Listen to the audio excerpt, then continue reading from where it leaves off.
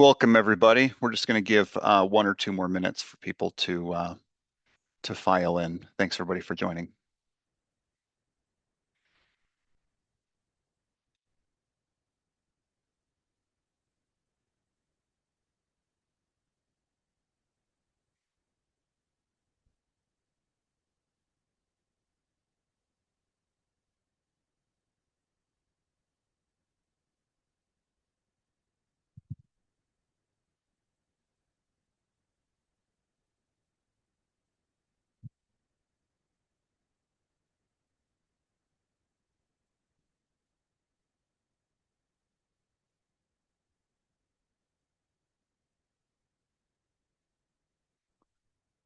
For those that are just joining, thanks, everybody, for attending. We're going to kick off in about 1 minute, just allowing the last people to come through. Thank you.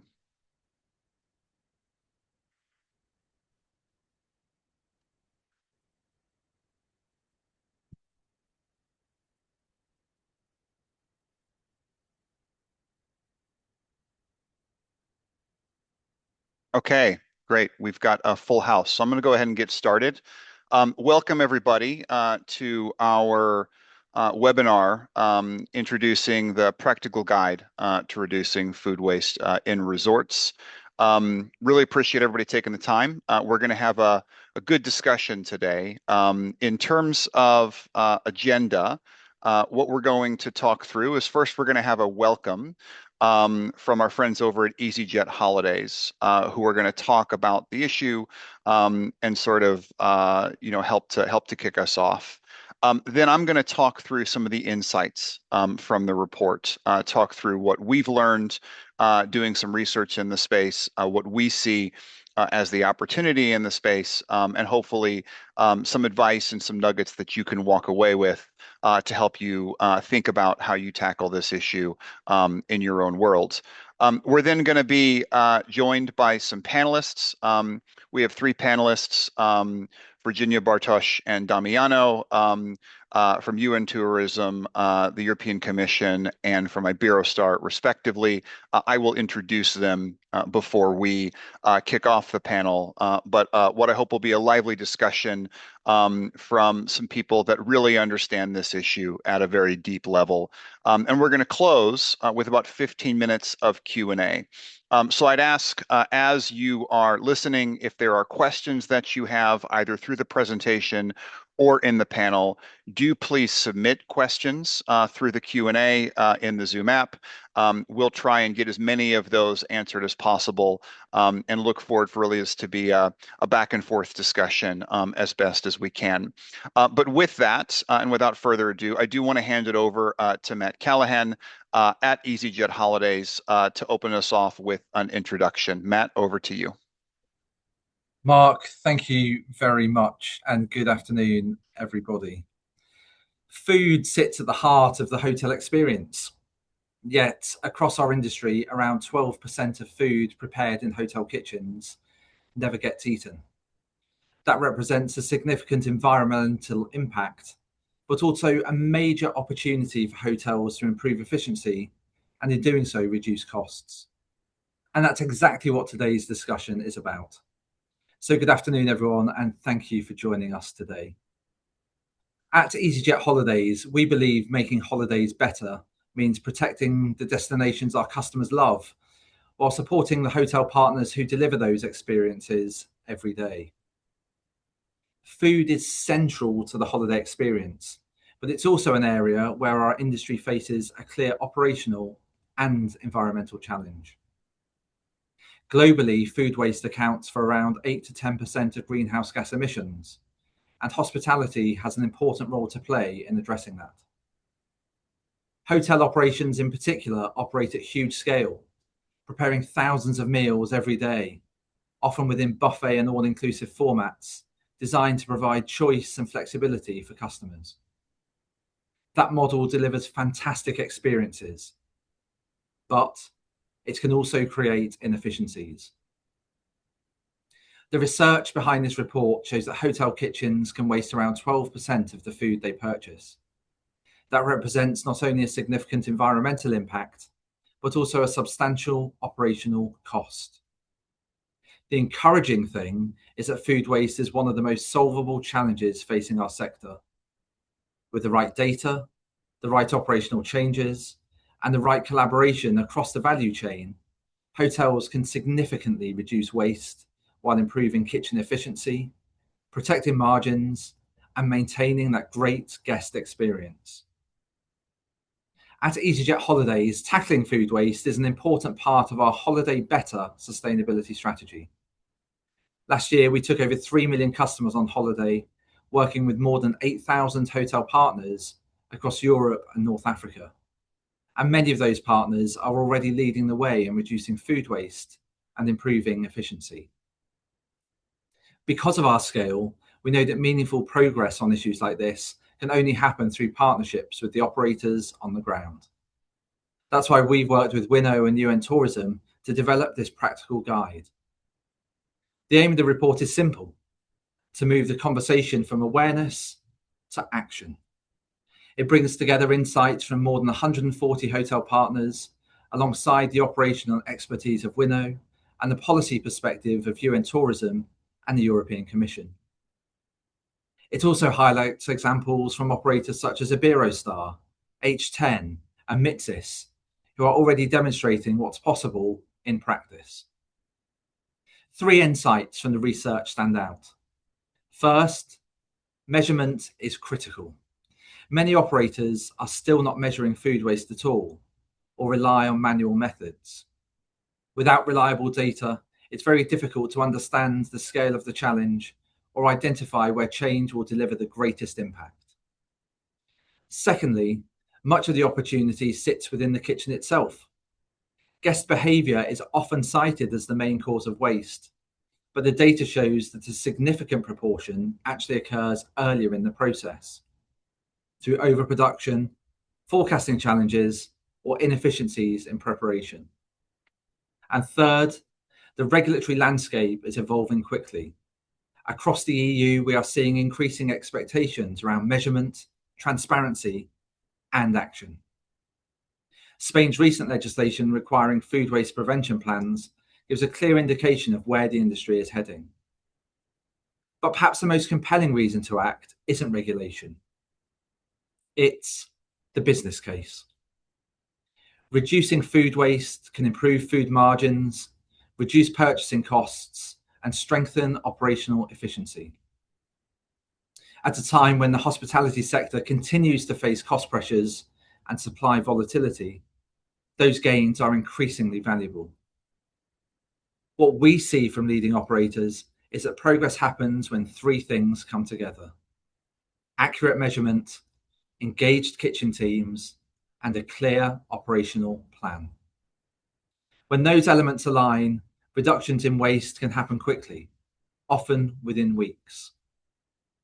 Our hope is that this guide helps more hotels take that first step, whether that means starting to measure food waste, piloting digital tools, or building a structured food waste prevention plan. Because ultimately, tackling food waste benefits everyone.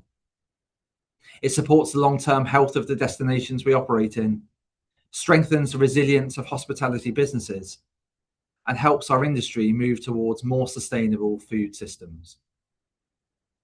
Today's discussion brings together voices from policy, technology, and hotel operations to explore how we can accelerate that progress together. So it's now my pleasure to hand you back to Mark, who will take us through the key insights from the report. Mark, back to you. Thanks, Matt. Really appreciate the introduction here. So, as Matt talked about, this is both a area of increasing interest, but an area of opportunity as well. And what I'm going to talk through, as Matt sort of introduced, is a report that we helped to put together with easyJet Holidays and UN Tourism that just talks about the issue of food waste, talks about helping dimensionalize what the problem is, what perceptions are about the problem, and the evidence that is there around how it can be acted upon and the business case for doing so. So first of all, just to reiterate it that the time to act on food waste really is now for a few reasons. First of all, we do see increasing pressure upwards on food costs as something that is a consistent challenge that we hear from many operators and how they're trying to manage it. At the same time, we are seeing increased legislation and regulation in the area. There was an EU mandate, there is an EU mandate to reduce food waste by 30% by 2030. And as that's being translated down in the country level, we see some early examples of exactly what that means. In Spain, as Matt talked about, requirements around plans to reduce food waste. In addition to that, demands from guests and consumers, as well as broader society, on understanding what food waste is and transparency around it. So really, there is a growing movement on this issue, both internal from organizations, but external as well, to be able to address it. But this doesn't come as something that is necessarily a relatively straightforward problem to solve. Resorts operate really some of the most complex food operations out there in hospitality. And with that, it's complexity in sort of where food waste happens. You have various types of F&B outlets, all under one sort of banner. All-day dining operations that may serve buffets or may need to be open for extended periods of time for table service, a la carte operations that go everything from fine dining to fast casual to be able to give guests a great experience. And then the high number of staff that is often required to operate these resorts, the need to feed and nourish those staff in an ongoing way. And each of those operations, in and of themselves, are really complex to run. You stack that up all within one complex, and you truly do have a quite an operation that you need to manage. And so it's not surprising that understanding this issue and getting on top of this issue is a challenge for many. What we do know, though, is that food waste also is the highest in resorts when you compare it to the rest of the hotel and hospitality industry. Um, about 191 grams of food per guest is thrown away in a resort. If you compare that to an economy or a mid-scale, or in some different languages, a focused service hotel, you tend to be around 120 grams. If you do think about those luxury operations, the premium operations, food waste can be about 160 to 170 grams. And when you think about resorts, you are pushing up against almost that 200 grams.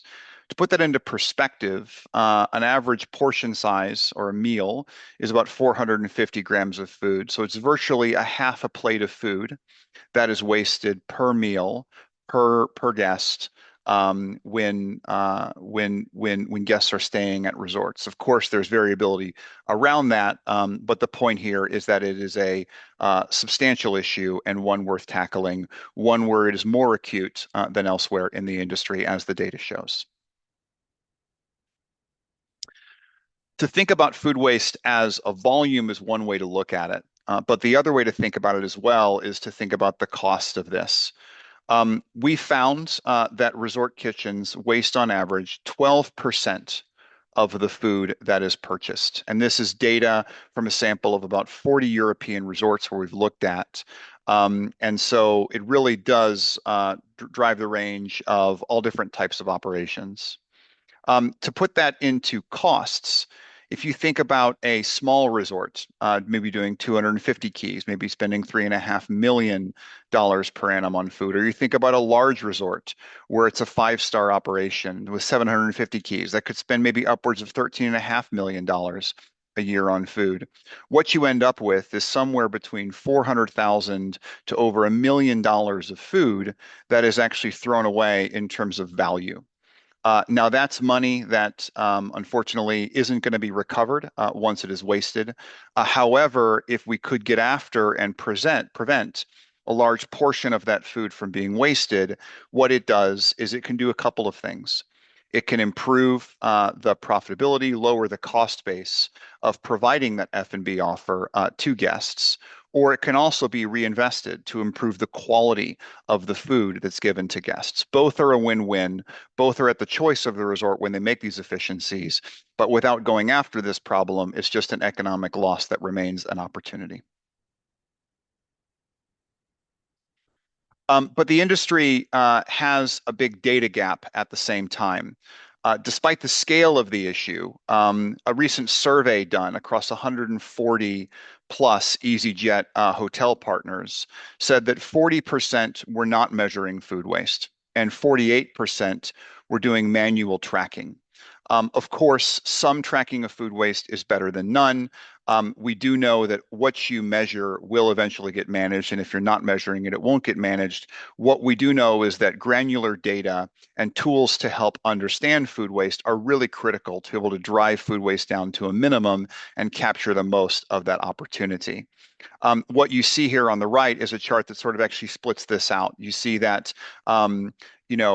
almost half of the industry is not measuring food waste, but there's a good portion that are planning to do something about it.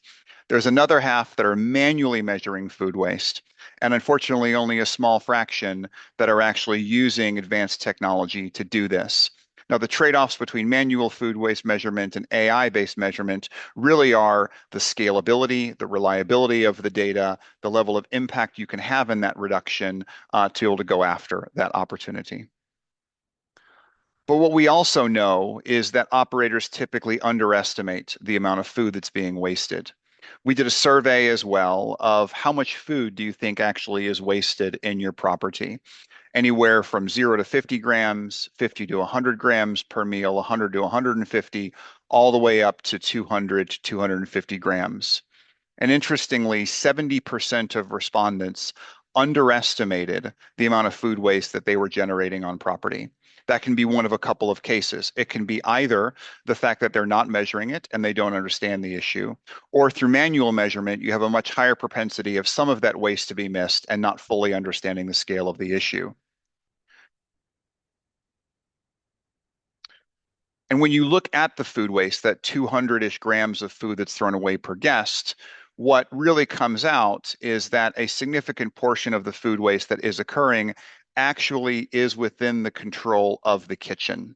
It's a common conversation that we have, and the operators who responded to the survey cited guest behavior as the biggest barrier to food waste reduction, often saying that there's a lot of food waste that ends on the plate. Yes, it is frustrating to see a whole bunch of great food piled onto a plate, not all of it getting eaten and being actually ending up in the bin. But actually, when you look at the data, that amount of food waste is typically no more than a third of the food waste that's actually happening in a resort operation. A significant portion of the food waste lies in overproduction, food that is cooked, put onto buffets, or prepared in mise en place that doesn't end up actually getting put onto a guest plate or eaten, and trimming waste, areas that are sort of offcuts of products, both of which we know can be controlled when you actually begin to understand the issue in a more granular way. What we do to come in and what Winnow does as an example of an AI-based technology is coming in to help understand and solve that data gap. The technology that we provide is a system that integrates into how you throw food away. Quite simply, you put a system where food waste is being collected. Through a camera, we identify what it is that's being thrown away. As staff throw food away, they simply throw the food in the bin. Our AI will identify what that product is. The staff don't have to interact with the system at all. They walk away and sort of go on with their day.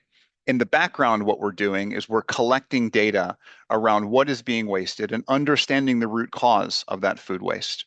We then supply that data back to the culinary teams to be able to help them understand what they can do to reduce food waste, what they can do to prevent that food waste, and where they need to focus in their very complex operation. What are the surgical areas that they can make interventions to drive that food waste down?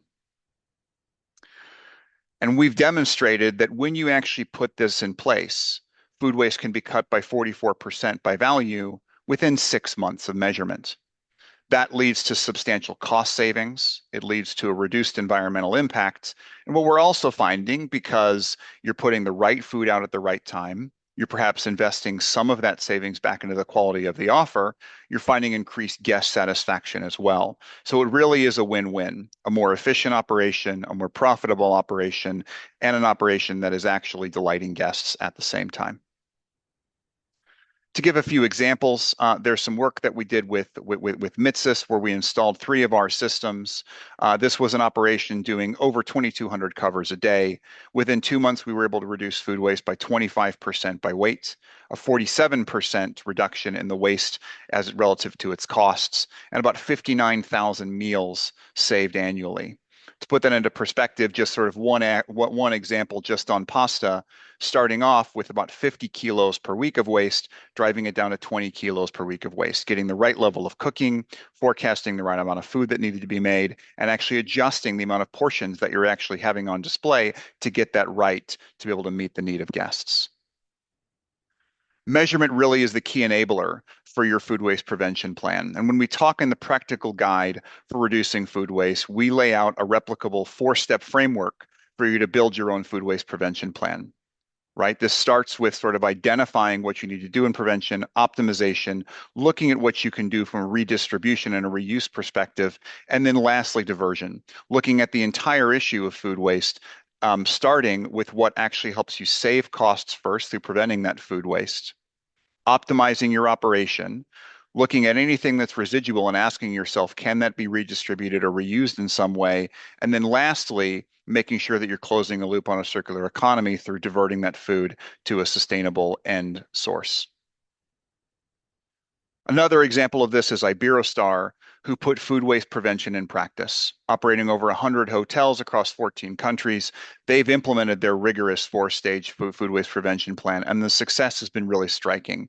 They implemented the Winnow technology across over 60 resorts, developed digital team training, created engagement of over 250 reduce, reuse, recycle employees who are really bannered to help drive this. And at the end, you can see the results in an 80% reduction in food waste to landfill from their baseline. All of that's great, but you've also got to understand the economic opportunity. We're reducing food waste. It's something that is going to be good for the environment. What is the actual financial case for doing so? What we know is that when you implement Winnow's analytics platforms, that 12% of food waste that's happening, you can drive that down substantially. That will help you reduce your purchasing costs by up to 8%. 1 to 8% of that comes from optimizing overproduction, buying the right amount of food, preparing the right amount of food. Another 1 to 2.5% is really maximizing the yield on all of the ingredients that come in. Thinking about those products that are coming in to your resort and making full use of that product across your menus. And then another half to a percentage point on the menu engineering side. What is also important, however, is to make sure that you're understanding that and tying it to the P&L. When you reduce food waste, you need to be very conscious about how you're going to use that savings. When you're reducing food waste, you're reducing the amount of food that you're purchasing per guest. You're going to buy less food per person that you're bringing in the door. At the same time, you're going to have changes in food costs. You might also be changing the mix of what you're purchasing. We published a P&L guide to understand and dissect those different subcomponents and some tools to help you think about as you reduce food waste, how you explicitly choose those savings to be spent, whether it's in improved operating costs and lower costs or through actually reinvesting that back into food quality and having that conversation explicitly. Our impact with resorts is at a pretty substantial scale today. We've got 180 resorts worldwide that are using Winnow's technology. On average, we're reducing food waste by over 50% in just 6 months. And our clients are seeing a 200% to 1,000% return on investment on the cost of the technology. It's something that's working at scale. It's something that we're excited to scale further, but also we hope that it provides evidence to you to say, now is the time to act. There's an opportunity here in your operations, and let's put together a plan to be able to drive that. With that, thank you for your time to present our findings on the report. What I'm now going to do is begin and hand over to our panel, where I'm going to introduce our panelists. So the panelists can please open up their cameras. I just want to do a quick introduction to the panel before I stop sharing my screen. First and foremost, we have Bartosz, who is a policy officer, Director General for the Food and Health Safety for the European Commission. Bartosz has dealt with waste management since 1998, first serving in the Polish Ministry of Environment and European Environment Agency, and then in the Directorate General for the Environment of the European Commission. He currently works on food waste prevention in the Directorate General of Health and Consumer Protection, DG Sante. Welcome, Bartosz, and thanks for coming. Virginia is the program coordinator for climate action and circularity at UN Tourism, where she leads flagship global initiatives, including the Glasgow Declaration on Climate Action and Tourism and the Global Roadmap for Food Waste Reduction. Virginia is at the forefront of driving responsible consumption across our sector and has been a key partner in developing this white paper. Virginia, welcome, and thank you so much for joining us and for your support. And then last but certainly not least, Damiano. Damiano is the head of global food systems at Iberostar, where he leads the transformation of the company's food strategy to advance responsible sourcing, sustainable supply chain, and lower impact food systems across its global hospitality portfolio. With a background in sustainable agri-food value chains, he focuses on integrating sustainability and circular economy into large-scale food operations at Iberostar. Damiano, thank you very much for joining us. I want to first kick it over to Virginia. Virginia, UN Tourism has been a primary collaborator on this white paper and is really a driving force behind the global roadmap for food waste reduction. Can you help us set the stage around why food waste has moved from what may have been sort of a nice to have sustainability goal to a top tier strategic priority for the global tourism sector? And then lastly, what is the risk for resorts if they fail to take action now? Thank you so much, Mark. Hello, everyone. It's really a pleasure to be here. I think food waste reduction has become a priority. You've already introduced it really nicely together with Matt. It's because I guess it's at the intersection of competitiveness, climate action, and regulatory preparedness. We have heard from your introductions how tourism is a sector that is uniquely positioned. We have a special relationship with food, and that gives us also a responsibility. We can influence how food is procured, prepared, and at the same time how food is consumed and managed. And because action on food waste reduction improves efficiency and lower costs is not only an environmental issue that we are addressing here, it's also a business opportunity. I would like to add that it's also, I guess, the right thing to do if we bear in mind that still today 1 out of 10 people go to bed hungry. So we can contribute to climate. We can also contribute to food safety. For resorts, which are our target audience today, this matters even more. The high volume buffet-based and all-inclusive operations are really structurally exposed to overproduction and plate waste. And at the same time, regulations are tightening and expectations for measurement, prevention planning, and reporting are rising fast. So just to answer your last question on risk, I would say that the risk of inaction means higher operating costs, means weaker compliance with regulations, missed climate targets, and I guess growing reputational risk as well. So really pleased to be here and looking forward to collaborating with everybody on this solvable challenge. Virginia, thanks for that. That's a great way to sort of kick this off. I want to hand it over to Bartosz next, just to talk about the regulatory landscape. Bartosz, to help our audience to sort of navigate this policy landscape, can you explain the specific food waste targets set by the EU and a little bit of the why behind them? What would be helpful is to understand some of the non-negotiable elements around sort of food safety that member states must sort of transpose into national law. And then finally, kind of as this translates into national law, how can operators best engage with their national authorities to really understand what is a bit of a dynamic landscape at the moment? Good morning, good afternoon, everyone. So first, it is the targets. This is environmental legislation, not specifically related to food, but rather to reduce impacts from foods. And if you compost instead of landfilling, you are twice effective. But if you prevent food waste from arising, you are 10 times more effective. So that is why we go for that. Of course, this is also the most problematic most problematic to achieve, hardest to achieve, because you need behavior to do that. So we have targets. Targets says that by 2030, countries shall reduce in the retail and consumption, so consumption in and out of homes, so households and food services, you have to reduce by 30% per capita. This is joint targets for the whole sector. Now, what does it mean for the businesses? The targets are set on member states.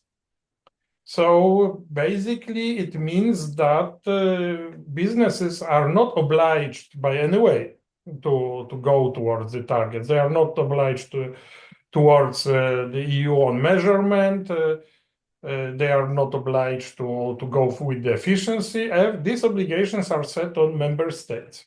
But member states, to meet those obligations, will likely sooner or later transfer them to the food business operators, including resort operators.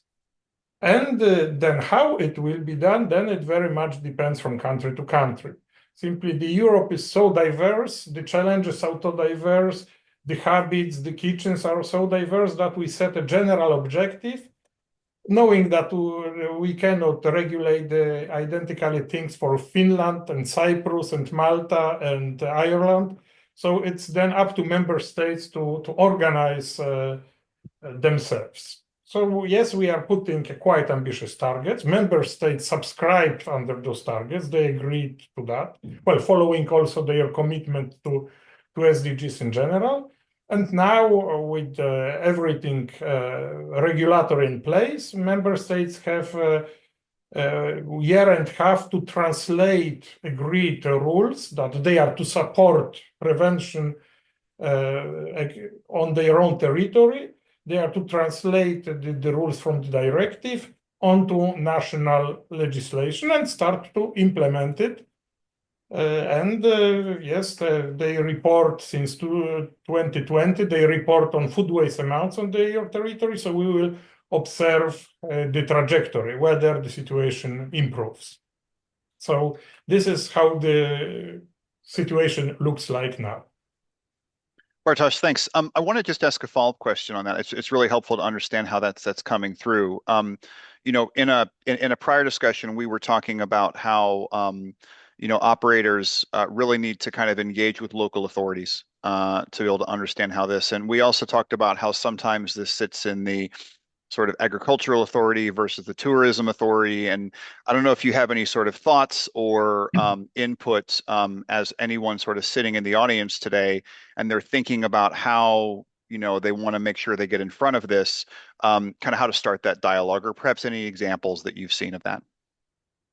Yes, the problem with food waste is also that it's a shared agenda. There is an element of usually agriculture ministry who governs the food market in the country. There is a food safety agenda, so the guys who checks all the safety diagnoses plus environmental one. And then again, how it's divided in the different countries, well, you need to see on site. Majority, I would say we have two major approaches within the countries. One is voluntary.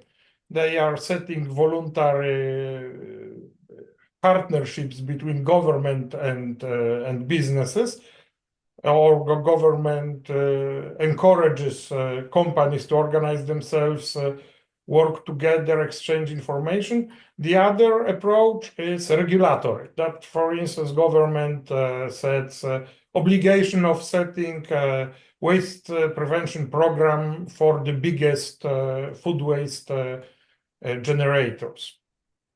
or requires that the biggest one prepares diagnosis or setting the measurement obligations, usually starting from the biggest ones. So again, it is up to, I would say, up to your initiative to find out the situation in your country. And I would encourage you to be proactive, because leaving it to the government is a risk that it will go not in the direction which you can find best. And I guess the government has usually not very much experience with running business on its own. So having an insight what is the problem on the ground and how it can be helped really can help them to help you. So this is, I would say, yes, to work with cooperation. Great, Bartosz, thanks. I think wise advice to be proactive, find the local authority, and engage, bringing sort of what's relevant on the ground for you to help them think about that policy. I want to sort of hand it over to Damiano. Damiano, Iberostar is really far out ahead, further ahead than most in this journey. You've successfully implemented a 4-phase plan across over 60 resorts, achieving significant reductions in waste sent to landfill. Can you talk about kind of how you've achieved this, how you've done it in what is a seasonal resort setting without compromising important things like guest satisfaction, as well as the burden on staff? Hi, Mark. Thanks for your question, and good afternoon, everybody on the call. Yes, first of all, for those who may not know us, I'd like to introduce Iberostar, who's a global hotel group committed to driving positive tourism. No? And one of our key area of our sustainability strategy is circular economy, where, as you said, we've set a clear target of zero waste to landfill, and we've achieved as of today a diversion rate globally of over 80%. To support this effort, obviously people they are behind it. Our 3R specialists are key, to play an important role in our reduction, reuse, and recycling across all our waste streams. And a major part of these waste streams comes from food. Tackling food waste is one of the biggest challenge we have in our hotels, and because we operate in 14 different countries, any solution we implement must be simple, scalable, and adaptable to the different destination and regulatory environments. And the approach, the way we approach all this is built around 3 elements: data, people, and operational insights that follow this. First is data and measurement. As you said, we've been working for a few years now.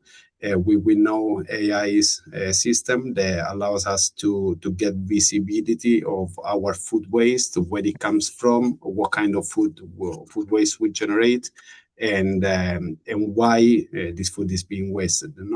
And that gives our team clear and actionable data. People that are behind it, are key to be able to implement, to work closely with kitchen and chef and translate this data into practical actions, providing also ongoing training and support.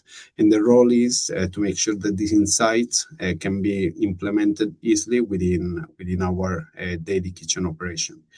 And then from this, obviously, from this insight, we are able to innovate and making adjustments, to our internal operation. These are often small operational changes, and they are invisible to guests, but can have a significant impact. For example, we refine recipes based on real consumption data, adjust portion sizes, promote more show cooking in some of the food categories we prepare, and shift low rotation dishes into single serve portions to avoid overproduction. And in some cases, we also upcycle some fruit peelings, for instance, to make cocktail syrups. So these are all actions that comes from combining measurement, trained teams, and operational insight that help us or help us reducing food waste while maintaining and even improving in occasions the quality and the freshness of the food we serve, and ultimately, being this enhancing the guest experience, and this shows the sustainability of reducing food waste and guest experience can go hand in hand. Thanks, Damiano. I think what's great about that is a couple of fold, right? I mean, first of all, the level of creativity that has been unleashed within your teams to think about how to address this issue has been really, really exciting to watch. The way that Iberostar has been thoughtful, not just about prevention, but about the full food waste cycle and what they do about it, really is a lighthouse for the industry. So just to say thanks for all the work that you do in that. Virginia, a question back to you. We were talking with Damiano earlier, and there's a lot of work that resorts can do and that Iberostar has done within their own operation. At the same time, you still need a robust solution for handling that residual waste. Sometimes in these environments, the infrastructure just isn't there yet. And there's different solutions depending on the different environments that you're in, which of course complicate things.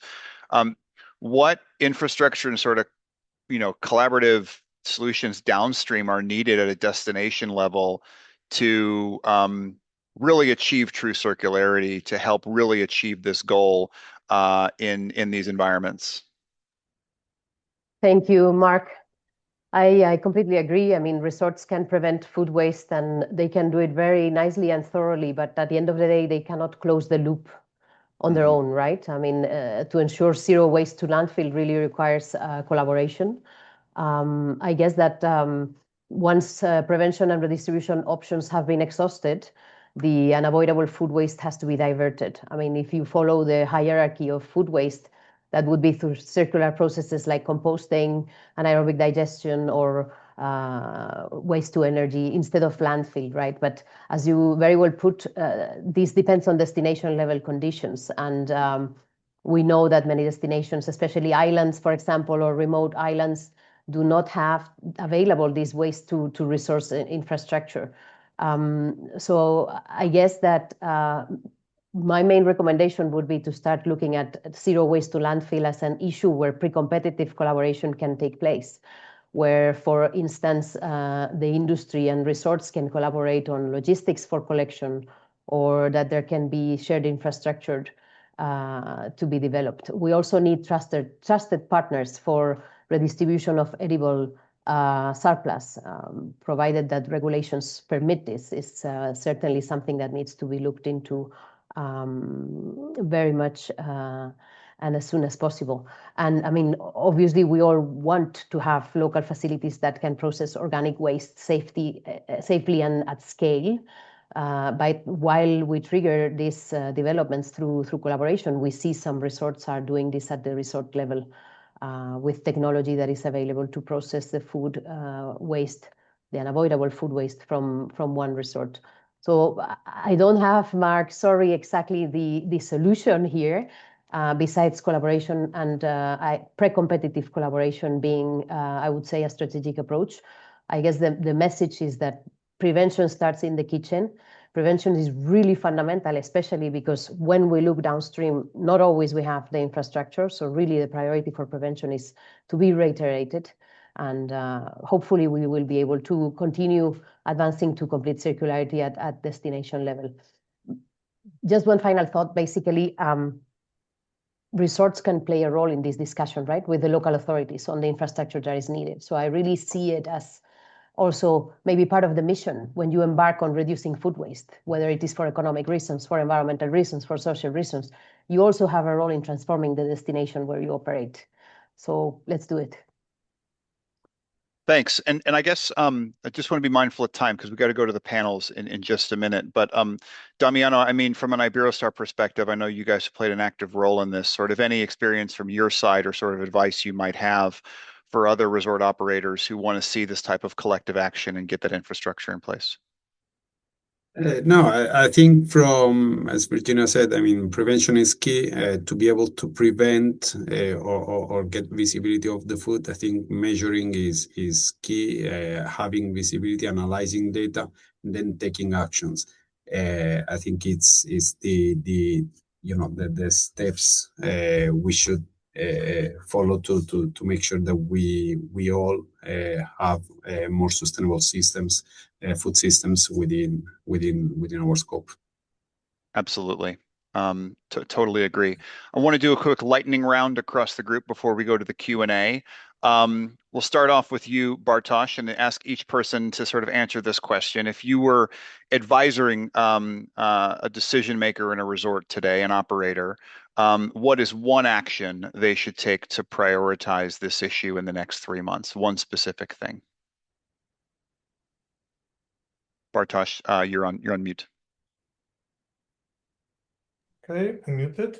Yep. I mean, the decision to take action is 50%. It's already very good. Then I would say it's diagnose size of the problem and the reasons behind. Because if it's a business case, it should spread like wildfire. If it's not, they have to be reasons. So diagnose size, measurement, identify reason, discuss with personnel, check clients. That would be the first steps I would recommend. Diagnose and understand the issue to understand the business case. Thanks, Bartosz. And Virginia, over to you. I guess I would recommend to maybe identify a champion within your teams and enable a team to look into this issue with passion and the necessary resources. That's great. Thank you. And Damiano, to close us off, what's one piece of advice you would give to resort operators today and what they should prioritize in the next 3 months? I'd say start measuring. Build a system that allows you to get data and to be able to take actions. Great. Start measuring, understand the issue. Great. Thank you very much, Damiano. We've had a really lovely set of questions that have come through. The first question here is a question just about data across different regions. How does the data that exists around food waste change as you go from Europe, perhaps to Asia, to sort of different parts of Africa? Anyone want to pick that up? I've got some thoughts, but want to hand it over to the panel first if anyone wants to talk about those different variations. I can Damiano? pick this up, Mark. The way we've approached this, as I mentioned before, obviously we operate in many countries, in 14 different countries. And what we've done is standardizing the way we measure data. So basically, being able to measure in the same way the food waste that is generated in Mexico or Dominican Republic or Spain, it's a way that allows us to get standardized data, comparable, and understood by the entire organization in the same way. So also another piece of advice that I think is useful is start simple, measure, and then get down in the data. So consistency of measurement as sort of one factor that's important and sort of driving that consistency across your operation, even though there might be cultural differences in different operations, you can have a common plan across. Virginia, I think you had something to add. Thank you. Yes, precisely because we work same as Bartosz, more with the countries than with the industry. In the reporting mechanisms, there's something called the Food Waste Index, which is basically how countries are reporting progress on the implementation of Sustainable Development Goal 12.3. That is the goal that tells us that we need to reduce food waste by half by 2030. The metric for the SDGs is food waste per capita, which I guess translated into industry jargon would be something like a food waste per guest. Now, practitioners here on the call would tell me that this metric is great to have, but maybe doesn't give you the granularity you need to make decisions. So here we are trying to combine both worlds, right? What is the metric for countries to report, and how can we also have metrics that are useful for the industry, and as Damiano said, that can be deployed across properties which operate in different geographies. Yeah, sort of trying to think about how you make those metrics relevant to the operator, how it ties in perhaps to their P&L, into their daily decision making, while still needing to tie up sort of a country level from a reporting perspective, needing to actually meet both of those needs at the same time. But I want to ask you just a follow-up question here. We had a question. Really appreciate the comment on working with governments and others, because reducing food waste is not just a sole issue.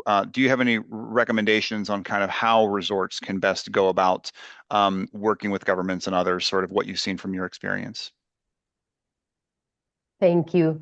I mean, I can perhaps mention the case of Spain, where we actually, I'm Spanish, so I say we, but I didn't have anything to do with publishing the law. I mean, Spain released a pioneering law on food waste.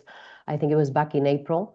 And this is, as Bartos was explaining earlier, the way Spain is transposing the mandatory targets set by the European Commission to reduce food waste by 30% by 2030.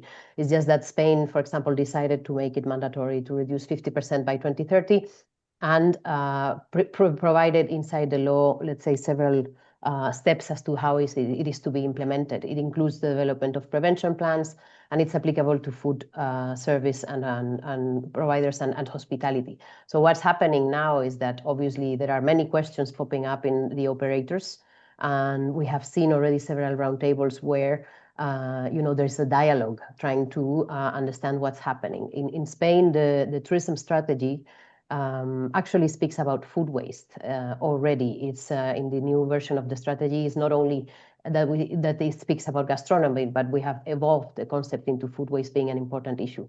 The country also has a circular economy national plan where food waste is highlighted.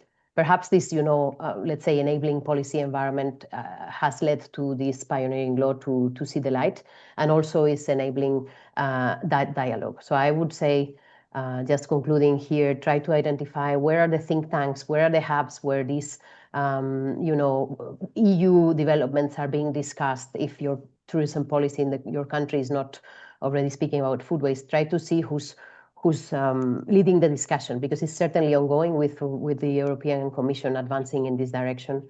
I hope this can help. Absolutely. And Bartosz, you've talked about the EU Food Loss and Waste Prevention Hub as another resource. Can you just share a little bit more about that? And what we'll do is we'll make sure that we get the link out to all the participants to understand that. Yes, I mean, one of the tools we try to help member states and businesses to learn from each other is something we call Food Loss and Waste Prevention Hub. It exists since, I think, 21, much younger than the platform itself.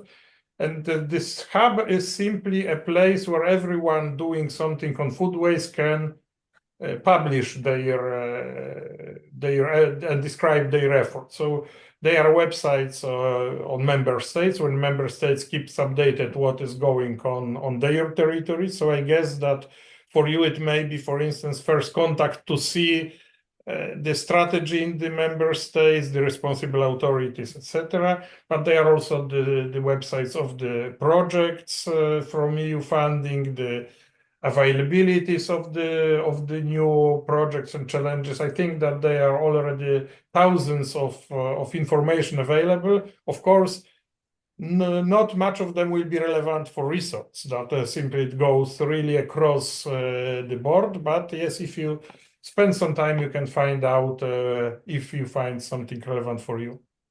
Great. And just doing a quick search for the EU Food Loss and Waste Prevention Hub should help pick it up, but we'll also share the link on that as a follow-up. So Bartosz, thanks for that, and thanks for that as a resource. Couple of questions here just about the sort of what type of cost savings do kitchens typically achieve with the technology, and then do you require some sort of existing data to understand the opportunity around it?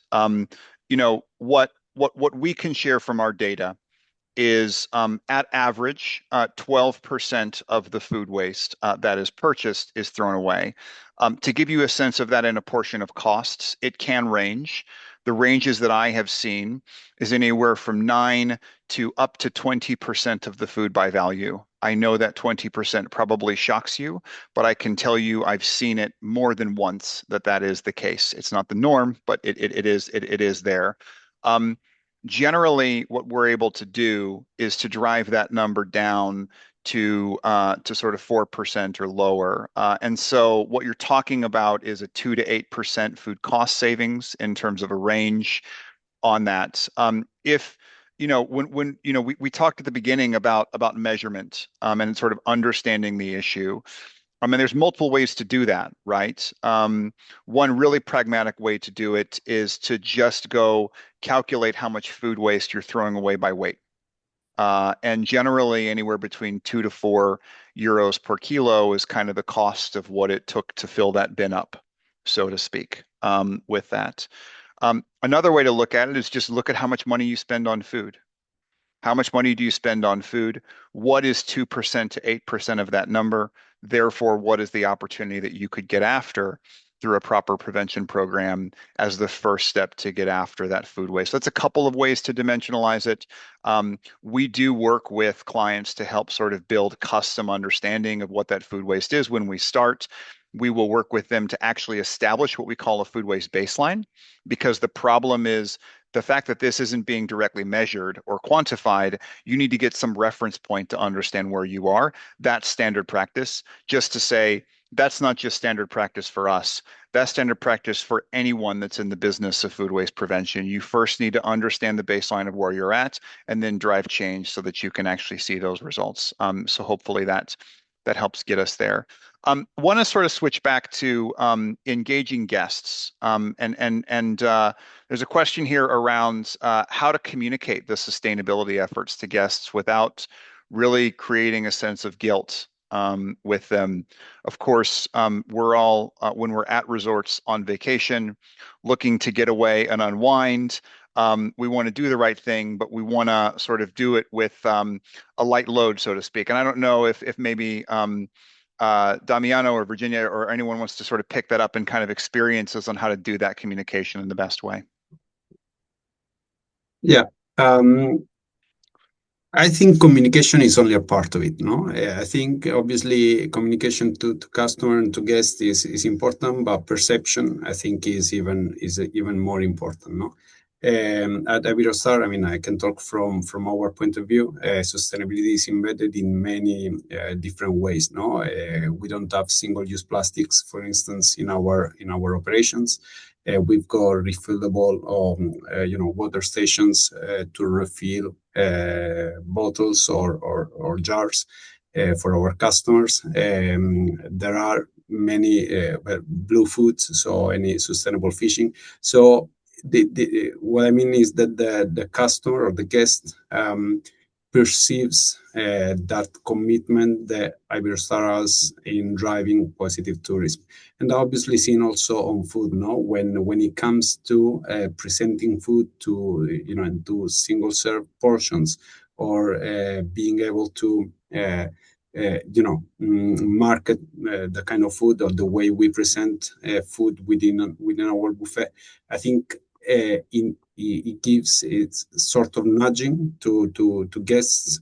They perceive Iberostar as a company committed to sustainability, and that's something that also we get from our customer insights. No, that's feedback. No, that we tend to have from our customers.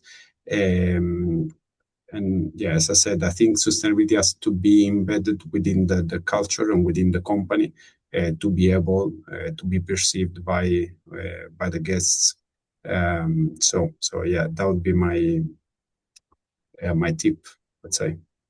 Embedding it into the culture, providing the sort of tools and sort of resources for guests to make the sustainable choice by default, as opposed to asking them to change, are great best practices. And some of the things that we've seen that really impress us across the industry is when you make changes that perhaps the guests won't notice, but nudges them in the right direction. There was a question about sort of food waste on plates and what can be done about it. And often what we're not talking about is a sign that says, throw away less food necessarily in your face, although sometimes that does have some impact of raising mindfulness. We sometimes can talk about setting up the choices on a buffet so that you're taking the right amount of food at the right time, making these sort of subtle changes so that they aren't actually impacting it. Well, thanks everybody. A really, really good session. I believe that a great meeting also ends on time, so I'm going to draw it to a close. Virginia, Bartosz, Damiano, and of course, Matt. Thank you so much for your time. Thank you for your contribution and support on this white paper. I can speak on behalf of myself, hopefully for others, that if anyone has any follow-up questions, we're of course happy to follow up on that. Don't hesitate to reach out. Hope to continue the dialogue. And most importantly, I think what we all want to see is we want to see a step forward in action. We want to see this change start to scale up because it's something that this planet needs. It's something that we've set at an EU level as a goal to achieve, but also it's something that makes sense for your business to achieve. And we hope that through what we're sharing, we're bringing that to a reality, but also giving you some practical next steps to take that first step forward in doing something about it.